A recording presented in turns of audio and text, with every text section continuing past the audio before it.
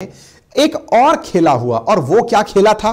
खेला यह था कि 4 दिसंबर, आप क्रोनोलॉजिकली देखते चलिए, अक्टूबर के बाद नवंबर, कोर्ट में अपील स्वीकार होती है।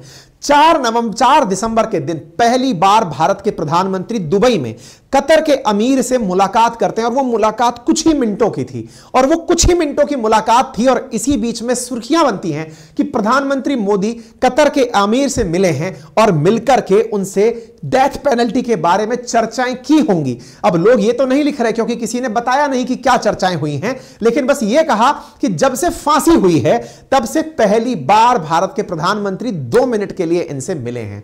2 मिनट के लिए मिलने की बात आई।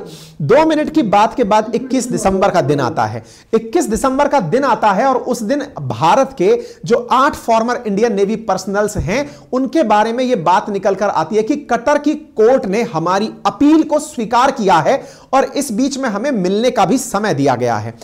कतर की कोर्ट पर इस मुलाकात का क्या फर्क पड़ा, या आमिर के आदेशों का क्या मुलाकात का असर पड़ा? द हिंदू की इस खबर से आप 28 दिसंबर 2023 गत वर्ष के आखिरी दिनों में छपी इस खबर से लगा सकते हैं कि कतर की कोर्ट ने डेथ पेनल्टी को ड्रॉप कर दिया, यानी कि इनको फांसी की सजा तो नहीं दी जाएगी, सजा को कम्यूट कर दिया, यानी फांसी के तख्त पर तो नहीं लटकाएंगे लेकिन जेल में रहेंगे। यानी कि एक मुलाकात है और एक मुलाकात का परिणाम है कि हमारे नौसैनिक फांसी के फंदे से एकदम फ्री हो गए और वो अब जेल तक पहुंच गए, सजा को कम्यूट किया गया। यह खबर 28 दिसंबर को बाहर आती है।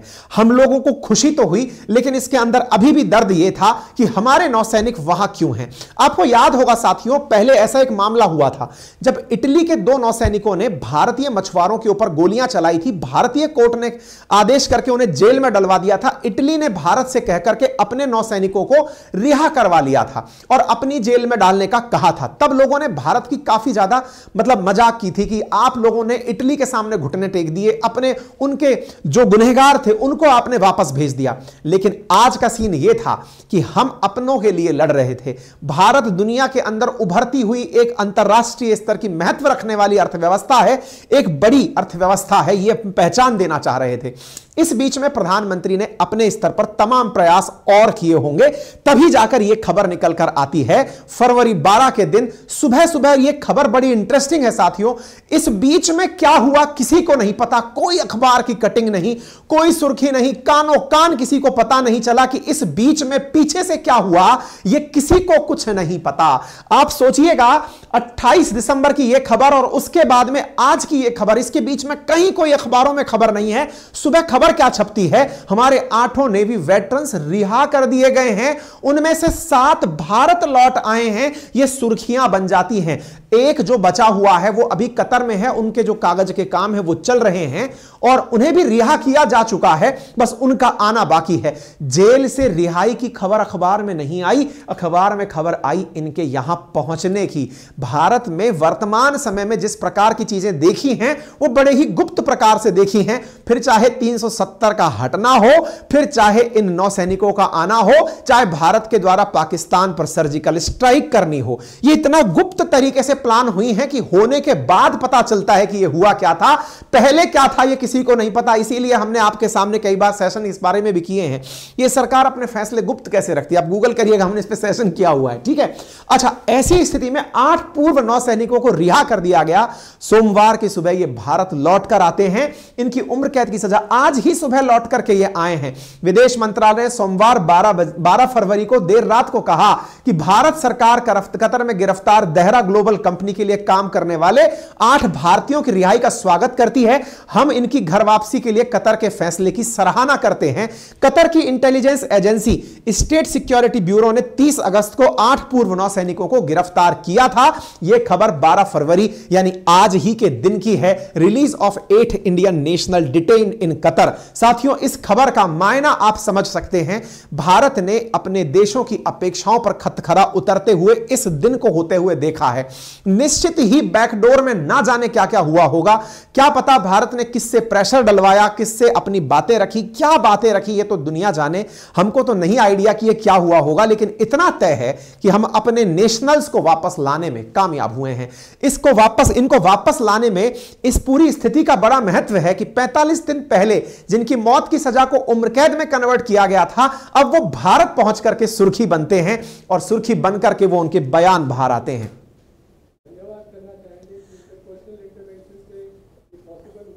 संभवतः आपको यह आवाज सुनाई नहीं दे रही होगी जिसमें से नेवी के ये वेटरन्स खुद बोल रहे हैं कि हम धन्यवाद देना चाहेंगे भारत सरकार का, धन्यवाद देना चाहेंगे प्रधानमंत्री का, जिनके पर्सनल इंटरवेंशन के बिना यह कार्य संभव नहीं था।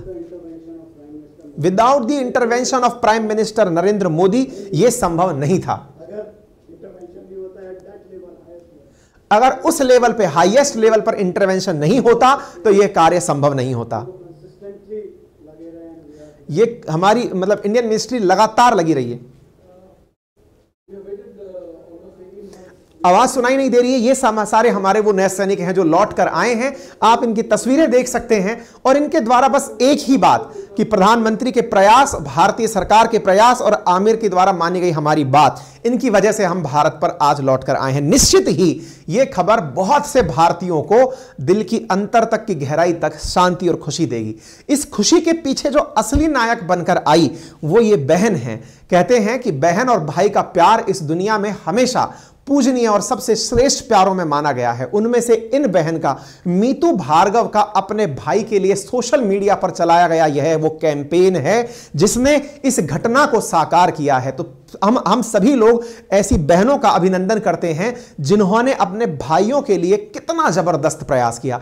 मीतू भार्गव हैं जिन्होंने ही सबसे पहले 25 अक्टूबर के दिन सोशल मीडिया के माध्यम से भारत सरकार को टैग करके इस खबर को हाईलाइट किया था।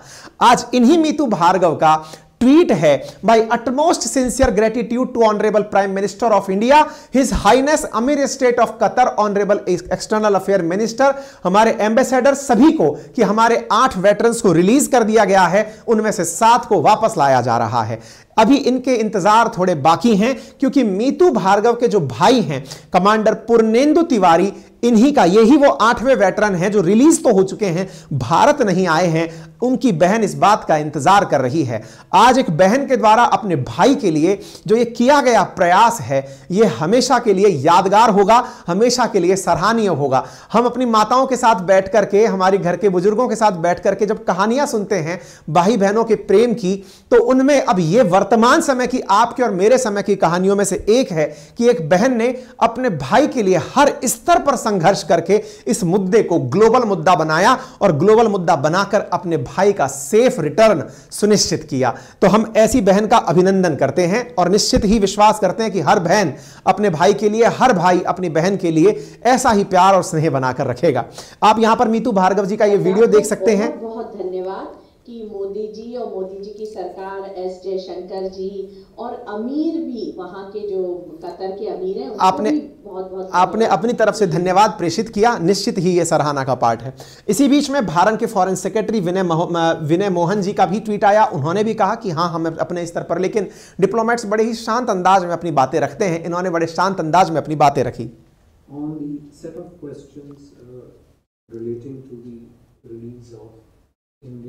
कुल मिलाकर के इन्होंने जो कहा, मैंने आपको इनकी भावनाएं बता दी हैं, ठीक है ना। इसी बीच में हमारी तरफ से जो senior advisor ministry of information broadcasting के हैं, इन्होंने काफी सारी खबरें लिखी भारत सरकार की तरफ से। लिखा कि भारत सरकार ने अपने आने के बाद भारतीय जो दुनिया में कहीं भी फंसे हुए हैं उनको लाने के लिए हर संभव प्रयास किया है। प्रमाण में चाहो तो ऑपरेशन राहत 2015 देख लो। ऑपरेशन राहत के अंदर यमन में फंसे हुए भारतीयों को वापस लाया गया। ऑपरेशन मैत्री के अंदर नेपाल में फंसे हुए भारतीयों को भारत वापस लाया गया। ऑपरेशन संकट मोचन के अंदर भारतीय जो साउथ सूडान में फंसे हुए थे 2016 में, उन्हें वापस लाया गया। समुद्र सेतु के अंदर भारतीय जो कोविड-19 पेंडेमिक में फंसे हुए थे उन्हें वापस लाया गया। देवी शक्ति के अंदर आर्म्ड फोर्सेस के द्वारा काबुल या तालिबान के अंदर फंसे हुए भारतीयों को वापस लाया गया। ऑपरेशन गंगा के तहत भारतीय छात्र जो यूक्रेन में फंसे हुए थे उनको बाहर लाया गया। ऑपरेशन कावेरी के तहत सूडान में फंसे हुए भारतीयों को वापस लाया गया। ऑपरेशन अजय के तहत भारत के द्वारा इजराइल में फंसे हुए भारतीय भारतीयों को वापस लाया गया। इसी बीच में ब्रॉडकास्टिंग मिनिस्टर के द्वारा भी इस बारे में कहा गया कि भारत सरकार भारतीयों के लिए जो जहां भी हैं उनकी सुरक्षा सुनिश्चित करने के लिए निरंतर प्रयास कर रही है। अब इस बीच में एक न्यूज और सरफेस होने लगी, और वो सरफेस हुई न्यूज क्या है कि इस बीच में भारत सरकार ने कतर से एक बड़ी गैस डील डन की है। आपको मालूम होगा भारत गल्फ कंट्री से तेल और गैस परचेज करता है। इसी गैस में नाम आया लिक्विफाइड नेचुरल गैस का। कहा गया कि भारत आने वाले 2048 तक कतर से एलएनजी खरीदेगा, यानी liquefied natural gas. Qatar gas का एक्सपोर्टर है, उसी से इसको बहुत बड़ा पैसा प्राप्त होता है। खबर निकलकर आई कि भारत की तरफ से एक कंपनी है पेट्रोनेट, उसने पेट्रोनेट के द्वारा कतर एनर्जी के साथ एक लॉन्ग टर्म कॉन्ट्रैक्ट साइन किया गया है। कितने का कॉन्ट्रैक्ट है ये? $78 बिलियन का कॉन्ट्रैक्ट भारत ने साइन किया है अगले 20 साल तक इनसे गैस खरीदने के लिए। उसे भी $6 बिलियन कम दाम पर भारत ने डन किया है। भारत सामान तो खरीदता ही है, और खरीदते समय कतर के साथ ऐसे समय पर की गई ये डील, लोग मान रहे हैं कि भारत ने डील का ही संभवतया लालच दिया होगा कि देख लो साहब, इतना बड़ा हम सौदा आपके साथ कर सकते हैं, इतना सामान हमें गैस का खरीदना है, आप देते हो तो ठीक है, नहीं तो हम किसी और देश से गैस ले लेंगे। अगर आपको लगता है तो हमारी डील हम अपनी तरफ से 78 बिलियन की करने को तैयार हैं। हमारे नौसैनिक सुरक्षित रूप से भारत आ जाने चाहिए। सबको लग रहा है कि बैकग्राउंड में कुछ ऐसा ही हुआ है। अजी पैसे वाला जब देश होता है, हम कहते हैं ना पांचवी बड़ी अर्थव्यवस्था, तो बड़ी अर्थव्यवस्था होने का फायदा क्या होता है?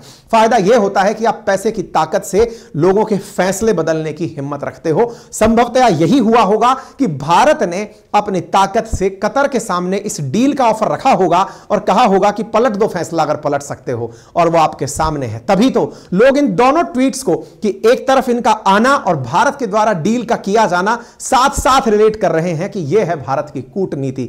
जो भी हो, लेकिन आज के दिन स्वर्गीय सुषमा स्वराज जी को भी याद करने का मन करता है, जिसमें उन्होंने लिखा था एक ट्वीट में कि even if you are stuck on Mars, यदि आप मंगल पर भी फंसे हैं, Indian embassy there will help you. हमारी भारतीय जो राजदूत है, दूतावास है, वो आपकी वहां भी मदद करेगा। ये निश्चित ही भारत की विदेशों में बढ़ रही ताकत और भारत की अंतरराष्ट्रीय कूटनीति का जीवंत उदाहरण है, जो आज आप और हम विटनेस कर रहे हैं। तभी तो आज की तस्वीर हर जगह कई तरह से ट्वीट्स में वायरल हो रही है।